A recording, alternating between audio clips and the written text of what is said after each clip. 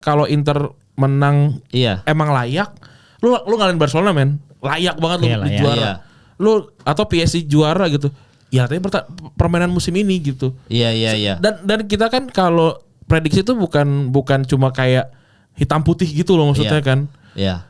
Misalkan kalau full timnya PSG itu Barcelona yang kemarin aja tuh bisa kalah jauh itu. Iya. Atau Real Madrid gitu. Atau siapa lah lu bisa sebutin lah, City atau segala macam. Bisa kalah. Bisa kalah itu, jago banget itu emang PSG. Tapi lagi-lagi di final Liga Champion. Iya. Terus ini ngambil cara Bang Fu waktu Inter Barca ya. Iya. Lagi patah hati 2 kali, maksudnya si Internya gitu. Scudetto gagal, terus Copa juga udah gagal.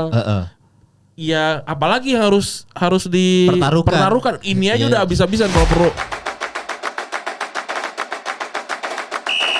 Ya, mari kita mulai podcast ini dengan membaca sedikit komen-komen. Kalau kemarin masih marah-marah soal Mal gue potong. Marilah kita mulai podcast ini dengan membaca Bismillah harusnya. Bukan dengan membaca komen. Wudhu masih ada loh. Iya benar, kita bisa sholat. Iya, habis sholat maghrib ini dengan membaca Bismillah, basmalah, bukan baca komen. Iya, apa netizen tuh dibaca-baca komennya?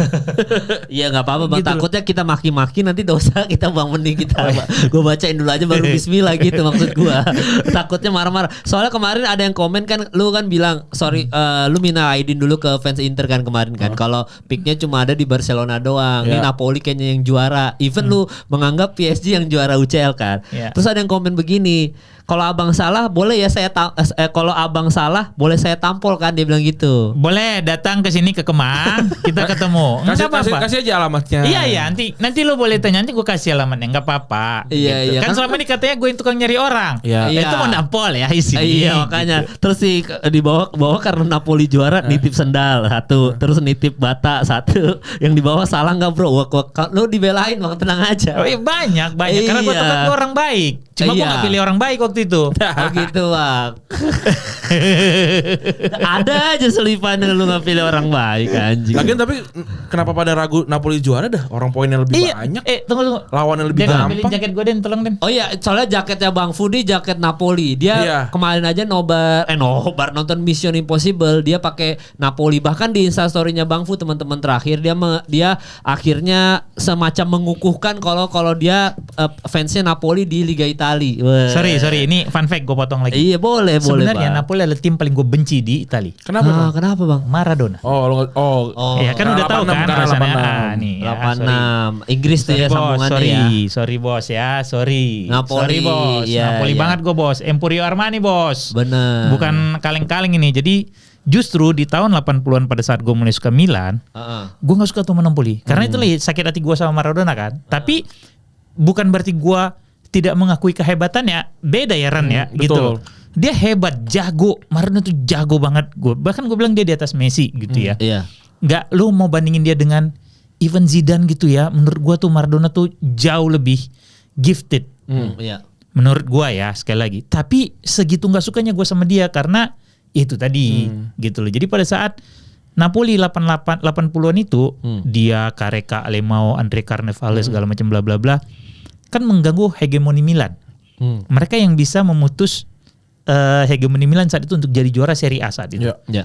Gitu loh. Jadi emang gue sebenarnya gak suka Napoli, tapi jersey itu kan tuh Mars cakep-cakep gitu. Bagus. Iya bagus. Iya, Makanya gitu. itu berhubungan sama komentarnya Autaura 11. Dia bilang Mal banyakin ngajakin Bang Fuad ngomongin soal Serie A Mal. Soalnya di tempat lain nggak ada. Dia bilang gitu. Men. Wes kan lu Napoli. Kan gue di sini saham gue 50% bos. Masa gue diajakin gue Ran? Iya elah. Iya. Tapi bandit nih bos. Tapi Speak bola mah nggak ada apa-apanya lah. Bandit speak bola sport 77 lu sebut aja lah. Mereka main bola juga nggak bisa itu semua. Tapi bandit punya presiden. Iya. Itu dia. Kurangnya kali kita di sini cuma bandit. Iya, jadi presiden. gue nggak berani terlalu ganggu karena gue respect presidennya. Makanya kenapa gue bikin bandit karena ada presiden. Kalau nggak mana berani gue bikin. Tapi kalau yang lain aduh. Iya. Tapi kalau ngomongin soal Napoli Bang nanti berhubungan sama yang gue pakai kan Belgia nih. Belgia. De Bruyne. Okay. Yang katanya waktu itu kita pernah prediksi di gue lupa 8 April kalau nggak salah podcast kita berdua belum nggak Randi lagi izin tuh ke Bali. Iya. De Bruyne Bruyne kalau masih mau bersinar main di Italia paling bener karena kan Siapa yang bilang? lu. Ya. Tapi idenya dari gua Ya, kan kita TikTok. Iya, walaupun kalau kita prediksinya Inter Milan, ternyata Napoli. Enggak, kalau gue nggak prediksi klub, gue bilang pokoknya kalau misalnya dia masih mau kompetitif, kalau nggak salah itu ya, Itali. Kenapa? Karena di usia yang semakin tua, speed menurun gitu ya, Italia akan cocok karena lebih lambat pace-nya. Tapi intelijensianya KDB kan tidak luntur. Dia tuh kan udah 35 belum kan? 33. Iya, Cek dulu ya lebih daripada kurang. kita dihujat lagi sih Gitu. Jadi harusnya tuh kerjaannya Raden. Dia yang standby. KDB dia Masalahnya Raden nggak ngerti bola. Iya, masalahnya editor itu dia. Opsi gue itu kan 3-3 kan. Kalau dia mau cari duit dia ke katanya ke Arab kan. Tapi kalau gue bilang mendingan ke Amerika. Oh iya, karena 3-3 Amerika tapi mau 3-4 kalau Iya, salah Amerika dia masih bisa lah sedikit kompetitif. Ada Messi, ada Luis Suarez, gitu-gitu lah. Kemarin kan Chicago Fire ya. Iya, gitu. Jadi maksud gua akhirnya kan emang ya Italia karena Italia cocok lah. Masih bisa lah main 2 tahun. 2 tahun di Italia masih umur oke. 33, 34, 35, 36 cabut ke Amerika masih No, 36 Liga 1 lah. Weh, kenapa 3? Kayak Asia. Kenapa Raden kok kaget? Jangan Liga 1 kacau banget kemarin gue lihat. Iya, mungkin dia kan. Wah, gue suka sarkas ya. Bahkan itu gue sudah tidak bisa sarkas lagi. Lu nggak bisa lihat gol Semen Padang kan? Iya. Ya, Semen Padang. Gila, itu akhirnya nggak jadi degradasi ya. Iya, gila. Andre Rosiade gila keren Lebih banget. bagus back Bedebay tuh. Upil, lu tau Upil kan? Tahu iya. Itu lebih gila lagi ya. Gitu masuk sekali Upil kalau kayak gitu ada Itu Upil, gimana, ada itu gimana gak suuzon ya, tapi ya udahlah ya. Tapi ya udahlah. Jadi Kita nggak nonton, gue nggak nonton. Jadi nambah Liga 1, dosa kan? Semen Padang. Ya udah selamat lah buat Semen Selamat, Padang. iya. Selamat ya. Semoga musim depan bersinar daripada musim ini. Iya. 700 juta katanya dapat. Oh gitu. Dari mana, Andre Bang? Rosiade ya? Dari Pak Andre. mertua. Iya. Kok bisa? Ya kan ada tuh kan sebelumnya 300 kalau nggak salah ya. Betul. Naik dalam tuh jadi tas. 700 ya gitu loh. Jadi menurut gua kalau KDB mau uang hard cold cash, Iya Liga 1. Liga 1 bos. Iya, Kelar dia bisa langsung Benar. Tapi nginap di Fairmont seminggu benar, gitu loh. Tapi kita pertanyakan halal nggak? Waduh. Halal lah. Gila apa? Siapa bilang uang Liga 1 nggak halal? Yang nggak Gila lu, halal itu, yang nggak halal yang di Solo. Betul, yang ayam. Ayam. Iya itu. Kacau nih Solo nih memang Kacau nih. merusak Republik. Iya, enggak lah gila. Enggak lah. Tapi kayak mana dosanya itu ya di yang di Solo itu ya? Iya. Tapi agak aneh juga tuh ya. Goreng kremes pakai Minyak babi. minyak babi tuh. Pakai lard ya. Itu aneh sih, tapi ya mau gimana lagi Bang ya. Kadang-kadang yang dulu juga masalah minyak babi kan di Jakarta ada juga tuh, sempat viral tuh. Ya, sudahlah itu mah biarin mereka teman aja, gue di Bang. Solo bagus-bagus ada 2 orang mantep. Oh iya. Oh iya. Wapres idola gua kan orang Solo, Bang. Jadi kan ya bangga lah gua, gila lu. Gue ada temen gue Bona orang Solo. Badres orang Solo mantap. Badres Iya, Badres orang Don Solo. Badres. Ya, Mantap. Lokananta Lokananta Solo ya, respect Lokananta. Iya gitu ya. Jadi Pokoknya yang nggak bagus dari Solo cuma yang tadi itu aja tuh yang nipu. ayam-ayam doang. Yang ya. lain aman. Yang lain bagus ya. Jadi itu tadi yang ngomongin soal Napoli juga. Tapi kalau lu sebelum kita, gue tuh sebenarnya pengen bahas sedikit karena kita tuh sering banget dibilang podcast subjektif banget. Tapi nanti kita bahas tipis ya. Tapi menurut lu kemungkinan besar kan gabung Napoli ya. Cocok nggak De Bruyne gabung Napoli? Tapi sebelum ke situ, apa serunya sih dengar pendapat orang yang nggak subjektif tuh? Nggak bisa. Lu harus berpihak. Bukan masalah bisa nggak bisa, tapi apa serunya? Menurut gue sih nggak seru gitu. Iya. Justru malah yang dicari adalah subjektivitasnya. Sehingga lu punya counter kan. Betul. Karena kalau cuma main di gray area tuh aduh. Iya. Iya. Nah makanya gue pengen nanya ke yang suka marah-marah ke kita soal gue karena gue Milanisti, gue jelek-jelekin Lautaro misalkan gitu ya. Gue nanya sama lu, podcast mana yang objektif sih di Indonesia? Gak ada. Di Amerika tuh cari juga deh yang Justru objektif. yang dicari. Gila lu. Kalau gue justru malah pengen tahu. Oh kalau Kemal lihat Kemal sebagai fans Milan melihat final Liga Champions itu kayak gimana? Iya. Justru malah menariknya itu. Iya begitu. Gue muji Inter loh. Iya. Gue bilang bahkan nih nanti ada pas ini tayang kan gue ngepost berapa persen Inter Milan bakal juara UCL. Gue 60%. Lu malah dia malah selebrasi waktu Inter golin waktu nobar. Fans Milan loh. Karena karena timnas gue kan Itali Bang. Yeah. Jadi apapun yang berhubungan sama Itali gue masih nah bedanya itu. Mungkin gue nggak tahu fans liga lain ya. Jadi kayak lu. bias di situ ya. Ya kalau lu misalkan lu begitu Arsenal main mungkin lu benci apa segala macam Liverpool mungkin gitu Bang ya. Tapi kalau Itali itu sebenci-bencinya fansnya Roma ke Lazio misalkan let's say gitu. La Nazionale. Tapi sekali kita ngomongin apalagi Timnas. kan Serie A tuh sering kayak dibilang liga petani lah atau enggak sekompetitif UCL, Inggris, IPL, beberapa segala macam selalu digituin kan. Begitu ada perwakilan Italia masuk final, dukungnya tuh rasa dukungnya kuat gitu. Gitu. Ini kalau lu mundur ke 90-an saat Liga Italia lagi berjaya, itu bisa dibilang mereka punya pride untuk menciptakan pemain termahal dunia dari mereka sendiri. Dari Italia I Lentini siapa, you name it gitu. Dulu sebelum Inggris segitu melimpahnya duit dan segitu galaktikonya Madrid gitu ya. Hampir sebagian besar pemain termahal dunia tuh Italia. Jelas. Maksudnya bukan pun orang Italia tapi paling nggak dia main di Serie A. Segitu pride-nya mereka saat itu. Nah tadi lanjut tadi apa berhasil apa enggak ya? Nah yang menarik kan di setahun belakangan kan banyak gelandang dari Premier League ke Serie A ya. Ya you name it lah, ada McTominay, terus juga ada Billy Gilmore gitu.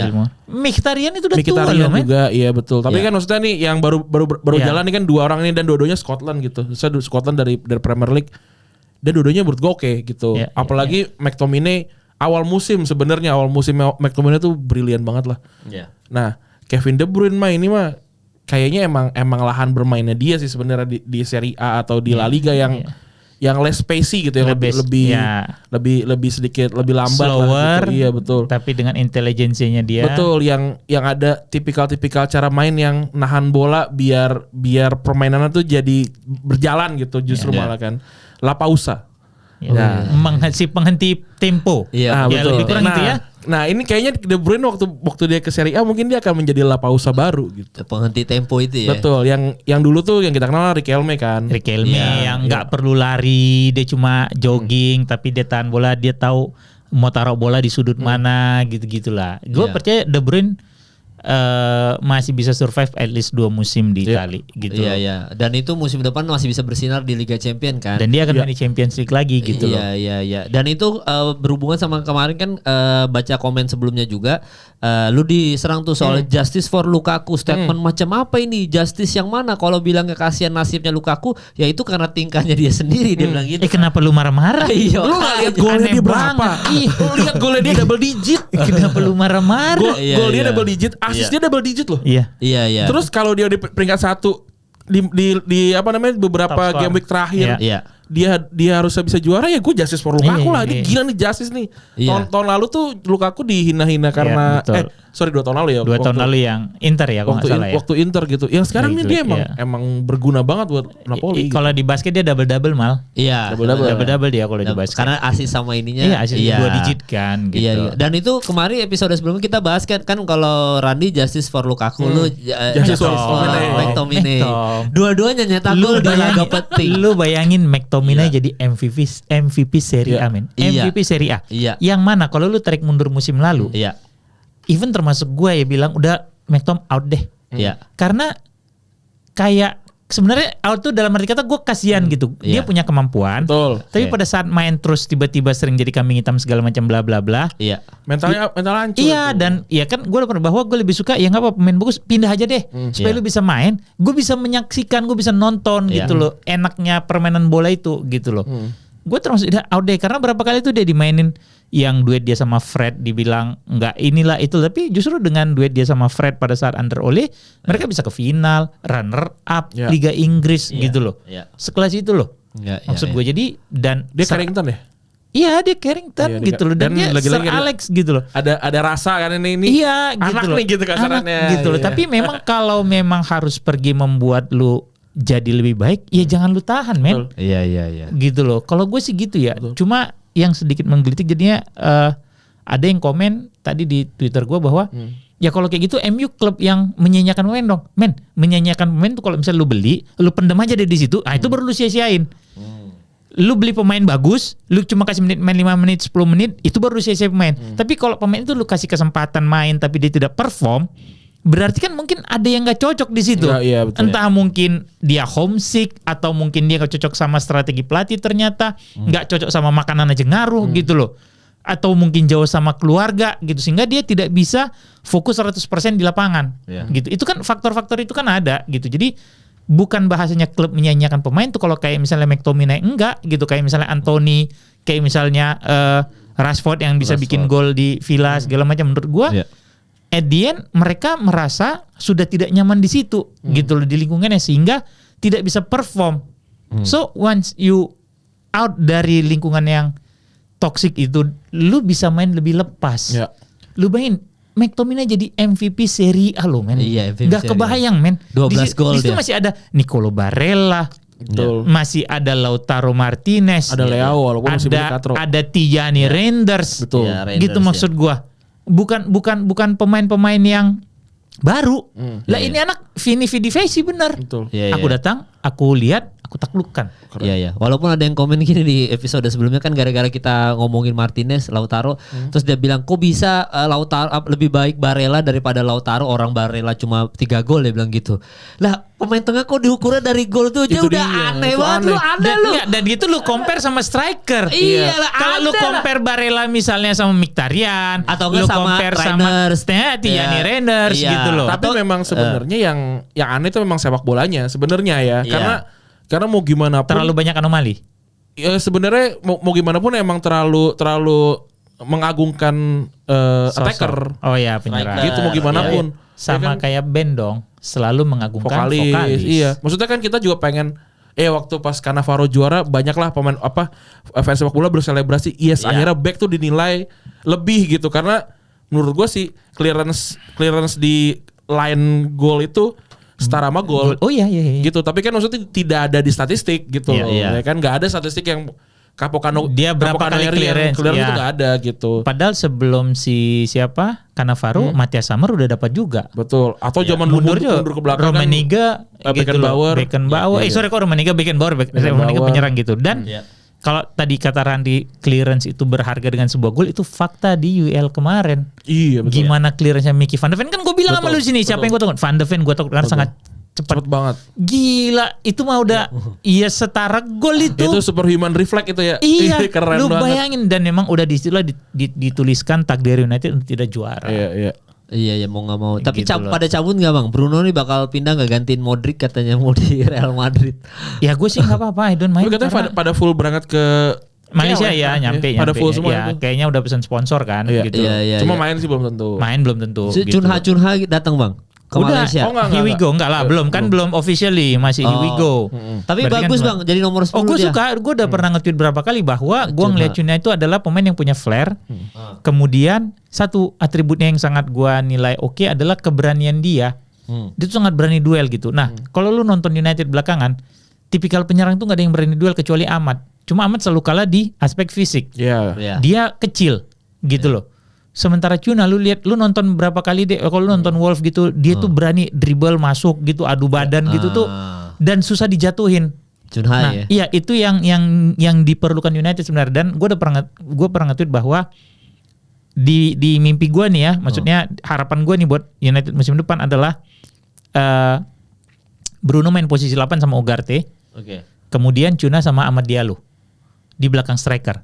Strikernya lu mau taruh batang kayu juga udah bodo amat gue. Hoylund lagi. Tapi bangnya pas gue nobar kan, Randy nonton di bawah lu kan ya. Iya. Gue pas nobar kan di atas sama Sastra, sama Raden, sama Ilham. Gue bilang kayak gini kan. Gue bilang gila ya nonton Tottenham. Ini ngomongin Hoylund juga, nonton Tottenham sama MU tuh bener-bener nonton pertandingan papan bawah. Emangnya? Kayak kita kan nonton El Clasico, nonton Ya, Inter kita sama nonton PSG sama Arsenal aja enak. Segitu terhiburnya kan, Iya, sampai iya. kita yang ngantuk aja anjing, ini baru pertandingan nih. betul. Gue tuh dikasih kursi kan sama Bang Fu. Iya. Dulu kan gak bisa bang. Kalau gue duduk pasti gue tidur. Iya. Gue nguap mulu gue. Anjir, apalagi lihat Hoylund main, Allahu Akbar, gue bilang ini striker aneh banget. Bayangin kita nonton Dembele. Iya. Kita nonton termasuk Lautaro Martinez sama Thuram. Kita nonton Lamine Yamal, Rafinha. Iya. Segitu enaknya gitu. Main bola. Begitu nonton Tottenham MU bener-bener tarkam bang, kayak ya Allah tarkam. Dan gue bisa bilang bahwa clearance-nya si Van de Ven juga salah satu faktornya adalah karena emang sundulannya nggak punya power si Hoylund. Itu kan sundulannya dia. Iya betul. Menurut gue itu nggak kuat itu sundulannya, sehingga bola masih bisa dihalau gitu loh. Di luar memang fantastis banget ya, refleks segala macam bla bla bla, tapi ada faktor dari si pengirim bola juga nih. Betul. Gitu loh. Padahal kan kalau di Retropus tuh gue sama Febri tuh bilang Atalanta itu kan mercusuar sepak bola Eropa. Iya. Nah, salah satu pemainnya itu adalah Hoylund, dan kita tuh pengen banget lah dia jago gitu. Pas dia pindah ke MU awal-awal tuh gue perhatiin kok dia di Atalanta jago apa nih Atalanta emang jago banget nyulap pemain apa gimana dia MU Qatar? Musim pertama dia bagus Ran. Itu mesti diakuin Ran. Musim pertama dia tuh bagus dia. Maksudnya promising lah dia bikin gol ke gawang Bayern yang bisa lari gitu, soloran. Boleh dia chip, kemudian lawan Villa dia bisa bikin gol yang dia hajar segala macam. Nah, masuk musim ini itu yang ya kalau bercanda gue ya ngelihat kemarin habis juara FA Cup kemudian apa yang dia posisinya lagi mabok, minum apa gitu. Ya karma alkohol ini gitu loh. Atau mungkin dia ngerasa gue bisa survive nih musim pertama. Jadi mungkin dia sedikit terlena untuk musim kedua. Iya, dia sedikit terlena menurut gue gitu loh. Apalagi umur masih muda kan. Menurut gue itu karena musim pertama dia harus diakuin bagus. Bagus di Atalanta bagus banget. Enggak, di MU musim pertama dia bagus gitu loh. Dia bikin gol tuh beberapa tuh dia bikin berapa 11 atau 12 gol gitu. Gue lupa lah ya sama berapa assist gitu. Dan dia cukup kuat gitu loh. Lari speednya punya gitu, nggak gampang jatuh. Tapi once masuk musim ini senggol dikit jatuh gitu loh. Iya, dan sekarang penggantinya Højlund, Retegui aja kan buset langsung top skor Liga Italia kan. Iya, nah mungkin Retegui masuk MU juga akan begitu udah menang FA Cup dia mabok-mabok lagi ini lagi Bang. Otomatis jadinya bakal ini lagi. Cuma memang kalau kemarin ya pertandingan Tottenham sama MU tuh berarti kan mengukuhkan bahwa Tottenham akhirnya puasa gelar 17 tahun tuh kan. 17 tahun. Udah buka puasa. Tottenham buka puasa juga akhirnya 17 tahun Bang. 17 tahun dari 2008. 17 tahun dari first 2008. trophy since 17 years ago. Enggak. Bener dari 2008. 2008 dia tuh terakhir kali juara Carabao. Carling sama Juan de Ramos. Iya, Carabao Cup. Iya. Sekarang Carabao. Nah, terus habis itu nih dapat lagi kan dapat. Berarti kalau misalkan kembali lagi ya soal kan lu kemarin sempat dihujat tuh Bang karena ngomongin soal si siapa namanya Napoli juara atau enggak Scudetto. Berarti kalau misalkan minggu ini yang juara UCL PSG, wah anjir kita benar-benar cenayang kita parah itu. Orang-orang lupa betapa gue belain Inter kemarin ya. Pada saat semifinal gitu. Kalau Inter menang, kalaupun Inter menang, misalkan kita jangan percaya sama goblok-goblokan cenayang kita lah. Inter misalnya menang, Inter menang pun itu pun karena cocok logi lagi. Karena ngalahin Barcelona di semifinal. Lagian enggak kalau gue sih ngerasa kalau Inter menang emang layak. Lu ngalahin Barcelona men. Layak banget lu di juara. Lu atau PSG juara gitu. Ya artinya permainan musim ini gitu. Iya. Dan kita kan kalau prediksi itu bukan cuma kayak hitam putih gitu loh maksudnya kan. Iya. Misalkan kalau full timnya PSG itu Barcelona yang kemarin aja tuh bisa kalah jauh itu. Iya. Atau Real Madrid gitu. Atau siapa lah lu bisa sebutin lah City atau segala macam. Bisa kalah. Bisa kalah itu jago banget itu emang PSG. Tapi lagi-lagi di final Liga Champion. Terus ini ngambil cara Bang Fu waktu Inter Barca ya. Iya. Lagi patah hati 2 kali maksudnya si Internya gitu. Scudetto gagal terus Copa juga udah gagal. Iya, apalagi yang harus dipertaruhkan. Ini aja udah habis-habisan kalau perlu mati deh kasarannya gitu kan. Iya. Dan ini kalau kita mau cocok logi lagi ya, misalkan karena kan kita selalu cocok logi. Bolonya kan 50 tahun. Abis itu si siapa Bang, bukan Nak Breda Bang. Bukan gue Eagles, gue salah. Sorry. Eagles tuh gue berapa tahun ya pokoknya. Pokoknya udah lama lah. Eagles juga udah lama. Eagles kan berarti 50 dari Eagles misalkan lebih dari 50 tahun misalkan goblok-goblokan gitu. Gue lupa soal Eagles tuh berapa. Terus habis itu Bolonya, terus Tottenham 17. Betul, Palace Palace juga setelah sekian lama tuh kan. Nggak pernah, itu malah lebih lama lagi kan. Lebih lama lagi. Palace itu lebih unik. 3 kali masuk ke final FA Cup. Kalah sama MU terus. Emang City-nya yang goblok. Stuttgart juga menang kemarin. Stuttgart ya. Terus habis itu menang PSG, lu bayangin dari yang paling lama sampai nggak pernah sama sekali. Jadi cocok loginya yang jagoannya yang paling atas yang nggak pernah menang, even berapa ratus tahun nggak pernah menang dapat UCL. PSG itu tepatnya dia 55 tahun karena dia lahir tahun 1970. Iya, dia termasuk tim baru. Dia termasuk tim baru benar. Berarti kan tambah, maksudnya hitungannya tambah benar gitu kayak kalau cocok logi ya kita hitungin tahun-tahunnya gitu. Itu cocok lagi. Cuma kalau terlalu banyak cocok logi lah kalau Inter menang, ini karena kutukan Barcelona, segala macam. Dan kita juga di episode sebelum sempat bahas soal siapa yang bakal sedikit ya tentang Ballon d'Or ya. Kemungkinan ternyata Bang, kalau misalkan dari goal.com, kalau si PSG itu treble musim ini, yang kemungkinan masuk nominasi ternyata Ousmane Dembele. Betul, Dembele. Karena dia 35 gol. 13 assist, terus dia menang Coupe de France sama Ligue 1 dia menang ya. Terus habis itu nomor 2-nya baru Lamine Yamal. Kalau misalkan PSG ini nggak kenapa-napa, nggak juara lah, Lamine Yamal atau Rapinya, dan keempat Donnarumma, kiper masuk 4 besar Donnarumma bang. Kalau PSG masuk treble, Donnarumma kemungkinan. Kalau misalkan kalau misalkan cuma dari gol mungkin Ousmane Dembele. Tapi kalau dari gelar, kenapa nggak Fabian Ruiz? Dia menang Euro musim kemarin musim gitu. lalu, betul. Atau kita lihat lah kemarin Donnarumma itu kerja keras lebih keras lagi dibandingin siapapun gitu kan yang kemarin tuh. Iya, tapi sih gue setuju sih walaupun gue gedek buat Dembele cabut dari Barcelona ya karena dia cuma makan duit lah kasarnya kan gak pernah main gitu. Iya. Tapi ya emang layak lu lihat aja musim ini. Kenapa bukan Kvara? Enggak karena Kvara tuh baru separuh musim gitu loh. musim bang. Dembele lagi ngomonginnya gol nih. Ya gitu ya. Nah kalau Inter tuh yang masuk ternyata kalau kemungkinan besar ada Inter masuk nominasi Dumfries yang masuk. Habis itu sama Lautaro Martinez. Jadi si 35 goals, 13 assist bang. Itu sepanjang total. musim ya. Iya, sepanjang musim 2024-2025. Dumfries sih kayaknya hampir nggak mungkin menang ya. Iya, Lautaro kemungkinan. Pedri masuk tuh nominasi Pedri, Mbappe, Pedri ini 10 besarnya gue sebutin ya. Harry Kane termasuk di situ ada namanya Harry Kane, Robert Lewandowski termasuk, Lautaro Martinez nomor 10. Terus baru Kvara nomor 11 bang. Kvara itu total golnya semua musim semua kompetisi cuma 13 karena dia baru setengah musim masuk gitu. Terus ada Nuno Mendes ternyata. Itu yang masuk Nuno Mendes, baru Vitinha, justru Vitinha bukan Fabian Ruiz. Terus ada dari Sporting nih Victor Gyökeres yang nggak tahu jadi diincer United apa enggak gitu. 60 juta doang. Iya, terus Jude Bellingham, Hakimi termasuk di situ, Dumfries sama yang peringkat Declan Rice Arsenal dan 20-nya baru Due. Itu bang. Due itu bilang gini ya, di wawancara sama El Quip. Iya. Saya tidak ingin menjadi pemain yang viral di media sosial. Saya ingin jadi bagian dari sistem yang buat sepak bola terlihat seperti musik. Pedro. Pedro yang bikin Inter nggak juara. Itu ya. Garnacho mesti baca nih. Iya. Saya tidak ingin jadi pemain yang viral di media sosial. Si anjing mau final cukur ngecat rambut kayak Lamine Yamal. Gitu loh. Due loh yang lebih muda dari dia. Maksud gue matang kan? Iya matang. Gitu loh. Dengan dia bilang bahwa gue nggak mau viral gitu. Gue cuma mau main sepak bola yang main sepak bola indah. Iya. Dan PSG musim ini under si Luis Enrique begitulah yang mereka mainkan gitu. Iya kan. Bagus. Selama ini kan PSG itu dibilang Los Galacticos-nya si Prancis lah ya. Iya. Mereka yang selalu ngumpulin bintang dari dulu. Rai, George Weah, David Ginola, Ronaldinho, Leonardo, segala. Pokoknya setelah Martial mereka kan gitu. Nah pada saat si Enrique pertama masuk banyak yang skeptis. Apalagi era Mbappe ya.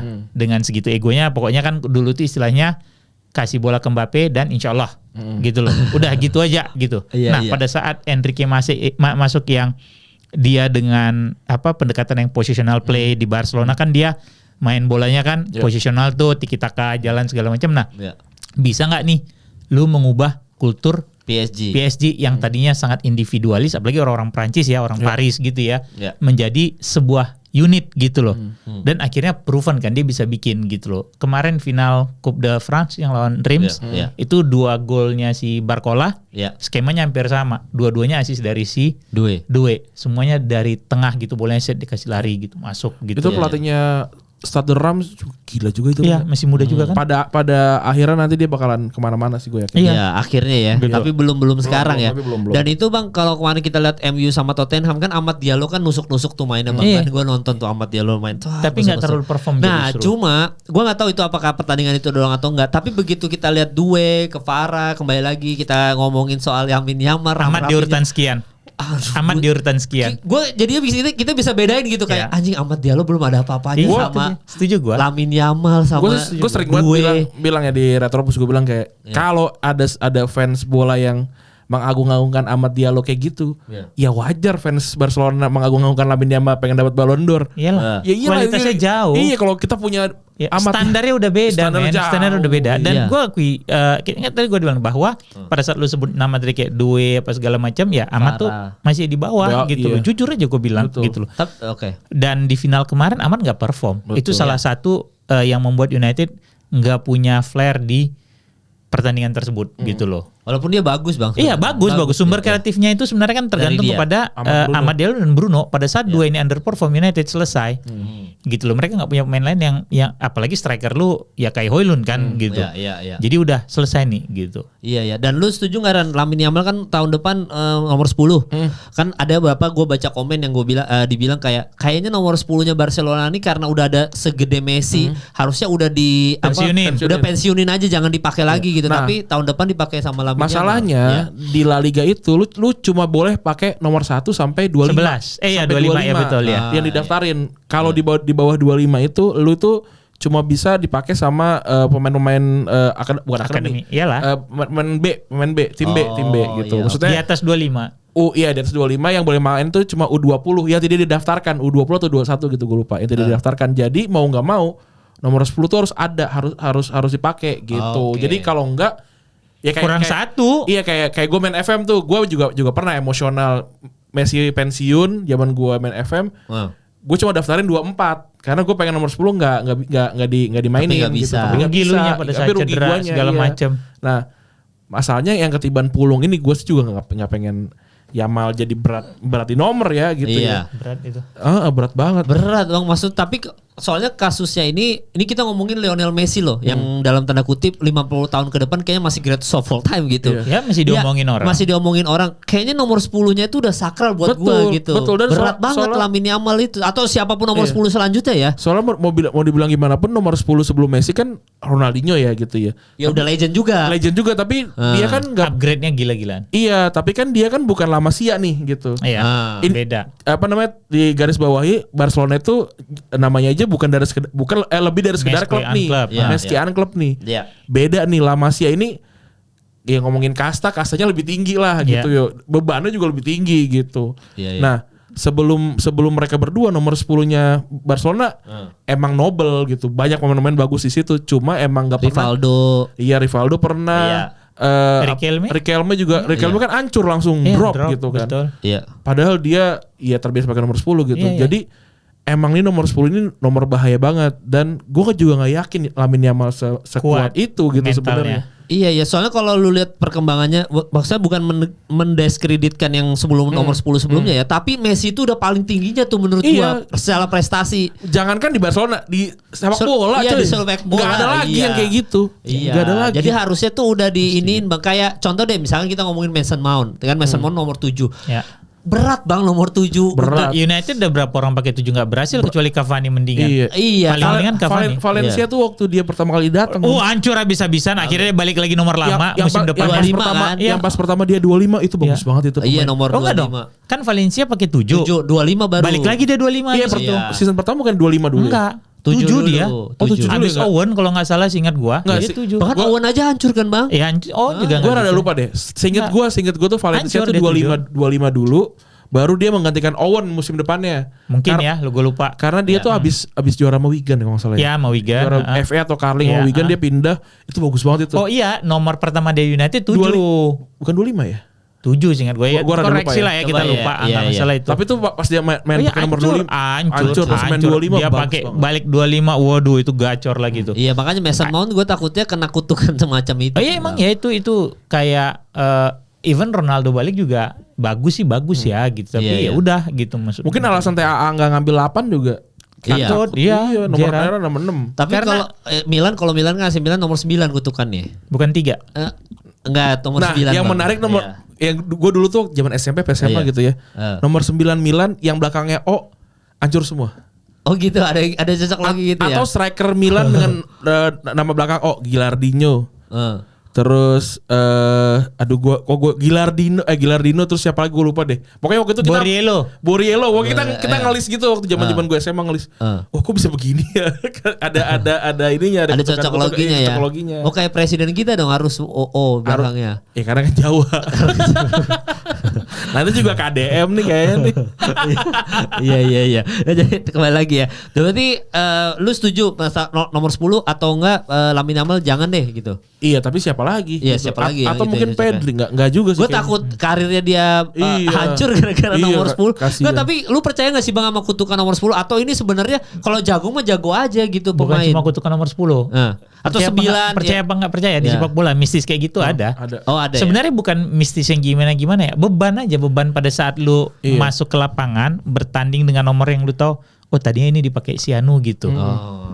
Itu ya kalau lu pernah berkompetisi, lu pernah bertanding segala macam, sedikit banyak tuh ada yang mengganggu pikiran lu pada saat lu masuk ke lapangan gitu loh. Aja gitu. Makanya alasannya Sir Alex itu tidak membolehkan pemain akademi pakai sepatu selain warna hitam itu karena itu. Karena lu tuh biar invincible gitu. Nggak kelihatan salah lu nggak kelihatan gitu. Karena lu ordinary gitu aja. Iya, tapi kalau lu tiba-tiba datang nomor gede, terus sepatu lu warna-warni, lu udah jadi sorotan orang.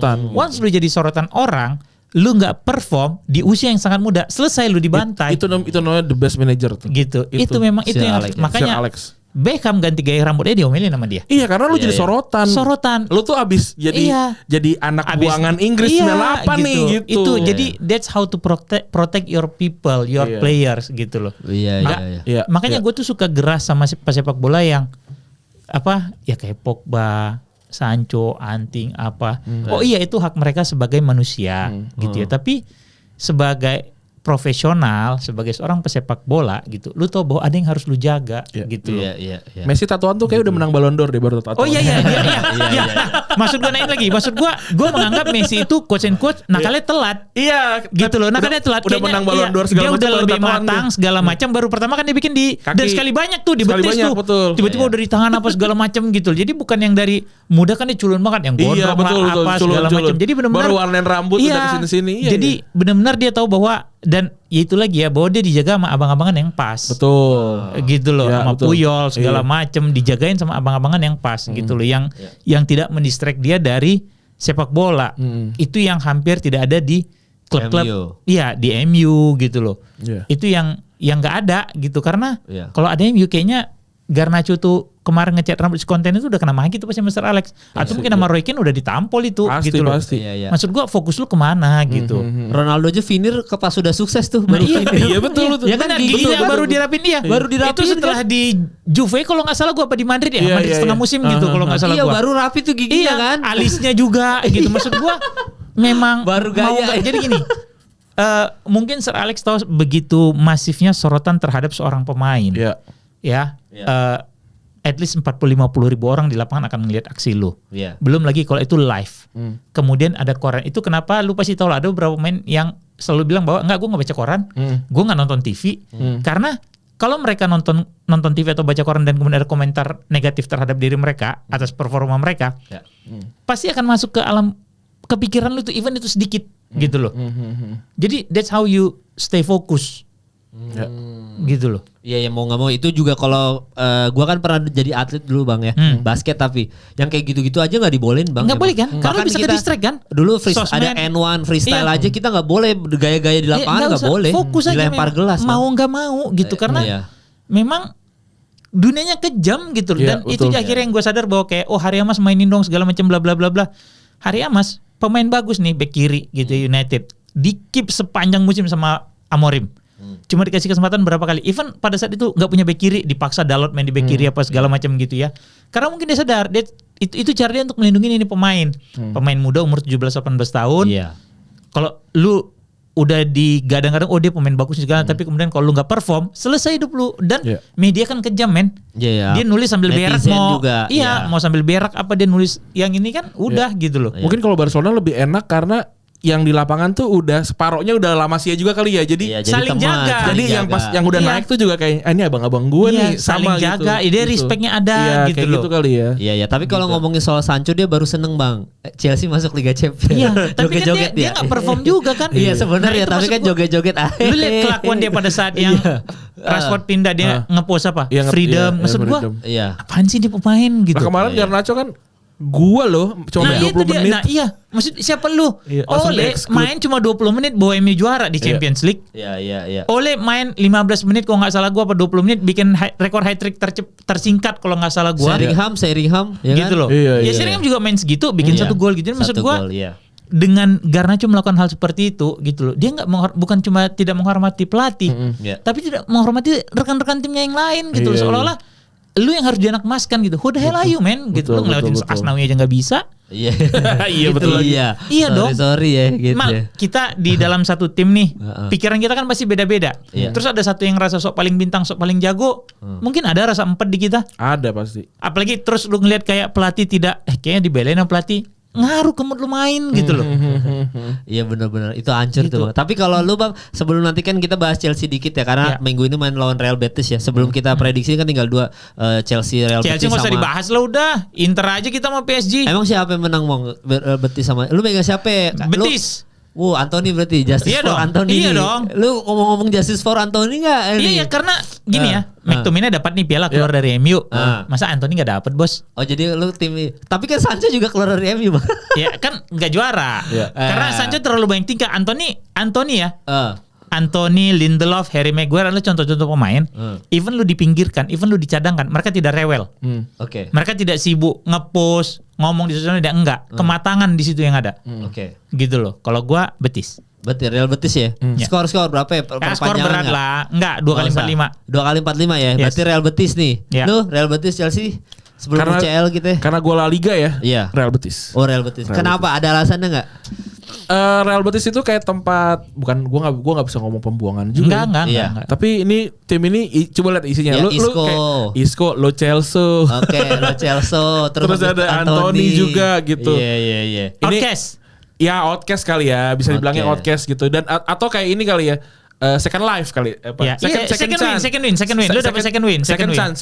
Ya, second win. Iya, jadi kayaknya kemenangan untuk sepak bola kalau Real Betis juara. In his prime-nya Isco tuh bagus banget, Ran. Wah, itu juga. Loh iya, Isco mah jago, Bang. Iya. Itu mah jago banget. Walaupun dia nggak bisa nyampe level Kakak di Milan ya. Iya, tapi ada lah dia di situ. Menyenangkan lihat Isco itu. Betul. Ya kan dia dulu sama Asensio kan. Satu geng sama Asensio lah, satu alma mater, satu. Vasquez juga kan? Iya, tapi kan Isco sama Asensio benar-benar entertain itu. Iya, betul. Enak banget itu ngelihatnya. Tapi Isco Betis gue nggak nonton, bagus juga Ran. Bagus berapa kali gue ngelihat. Cuma emang karena dia gue nggak tahu dia cedera. Umur juga kan, cedera. Awal musim kan sempat ini. Dia cedera ACL atau apa yang bikin kayaknya dia ya tadi trauma kali ya. Iya. Jadi nggak lepas. Isco tuh menyenangkan. Lo Celso juga gila loh. Padahal di Spurs B aja ya. Iya di namanya di Betis lumayan loh, menakutkan itu. Lo Celso ya. Isco itu gue teringat sedikit versi sasetnya Guti Hernandez. Oh, Guti Hernandez. Tapi kayaknya maksud gue itu pemain-pemain yang orang tuh ngelihatnya Ronaldo, ngelihatnya Roberto Carlos, Figo. Iya.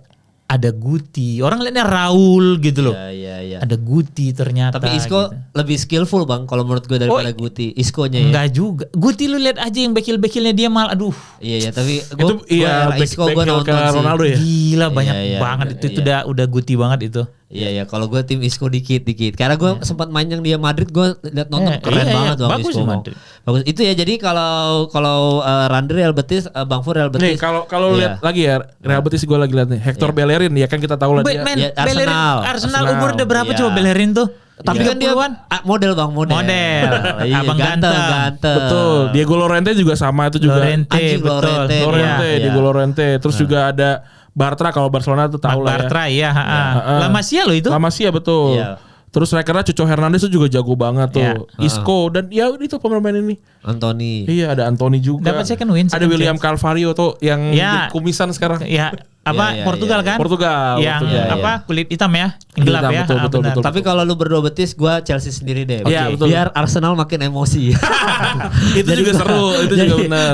London pada juara. Itu menyenangkan juga sebenarnya. Iya, gue Chelsea ya. Siapa pelatih Chelsea namanya lupa gue. Enzo Maresca. Itu juga punya sistem sih. Iya udah kelihatan Bang ending yang dia menang 1-0 kemarin lawannya Nottingham Forest. Tapi walaupun kita menyayangkan Nottingham nggak jadi Liga Champion ya. Selesai Cinderella story. Iya, Cinderella story. Tapi Aston Villa harusnya bisa lolos. Tapi kalah sama MU aja gue kayak Emi Martinez itu harusnya gol Villa sah. Iya. Emi protes kan itu. Siapa? Iya, dengan kartu merah. Iya, harusnya sah tuh ya. Harusnya sah karena bola belum dipegang sama Bayindir. Dia masih Iya. mau menyentuh bola.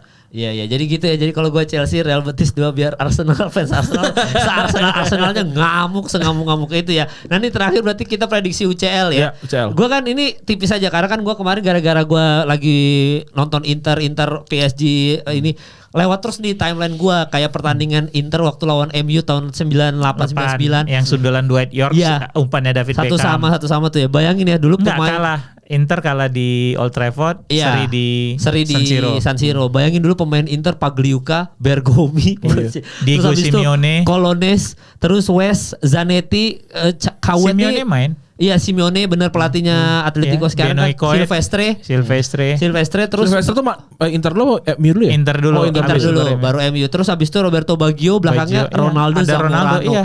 Terus si MU-nya itu Gua hafal. Coba. York Cole. Strikernya York sama Cole. Kanan Beckham, kirinya Giggs, Kane sama Scholes atau Kane sama Nicky Butt. Oke. Salah satu, Bang.